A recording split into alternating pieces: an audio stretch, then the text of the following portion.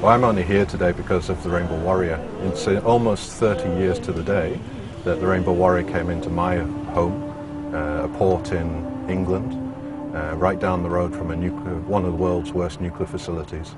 And it was there to protest, and it came in, I went on it, and I was just hooked from that moment onward that people were prepared to stand up and use that ship to get right in the way of the environmental destruction that's going on in the world, and to stand up against nuclear weapons and nuclear power and all the other impacts on whales and seals. There was a huge list at the time, so it was quite inspiring to go on that ship as a 12-year-old and then actually find out that, you know, I wanted to be in Greenpeace.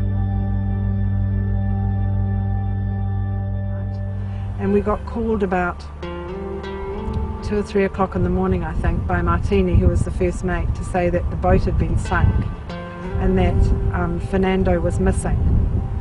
And you know, it was not real. We had to repeat it a few times before it really went in, like, this can't really be happening. And it wasn't until we left immediately, went down to the wharf and saw the boat lying on its side in the water, which that was even worse, seeing that and knowing by that stage that Fernando was actually drowned, and had drowned when the boat had, the second bomb had gone off at the stern of the boat. So it was a really shocking time.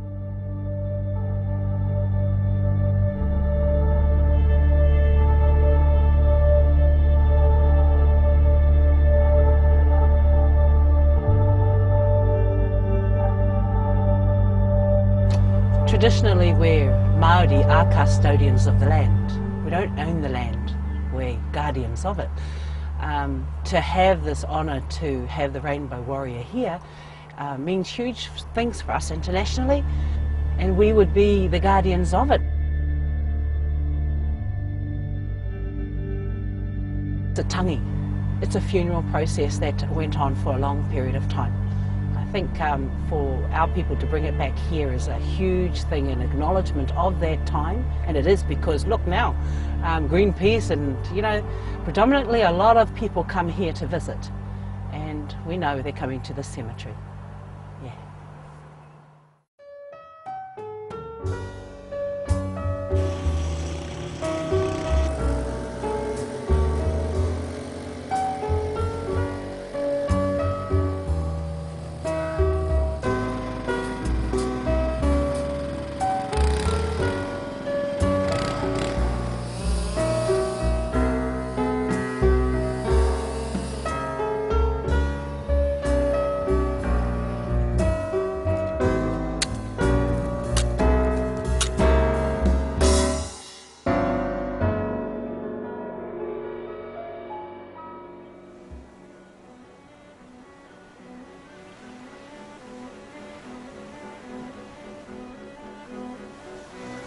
Well, it's fitting that we're at the 25th anniversary where the Rainbow Warrior was taking action against the greatest threat at that time, which was obviously nuclear weapons and nuclear power.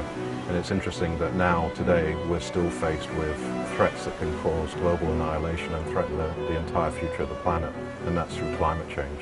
And so this is why these anniversaries are important, to remind everyone that the threat to the planet and ourselves has not gone away, and that we're still here and we're still fighting, and that people must join us in that fight. 25 years ago, really the very biggest issue for Greenpeace was nuclear disarmament. And our part of the world, the Pacific, had seen already an enormous amount of nuclear activity in its lifetime, with the French, the British and the US testing in our own backyard. And I think the bombing of the Warrior actually sealed New Zealand's nuclear-free status, which was, you know, a positive thing that came out of the bombing of the Warrior.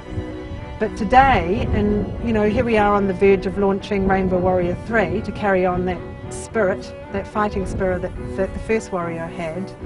And our biggest issue that we are, with the rest of the world, struggling with today is climate change. There's a feeling that you get when that boat arrives in port somewhere that's quite unlike anything else. And I think she really does embody a sense of hope for a lot of people. And I think that slogan that came out of the bombing of the Warrior, which was "You can't sink a rainbow," was really, you know, so apt.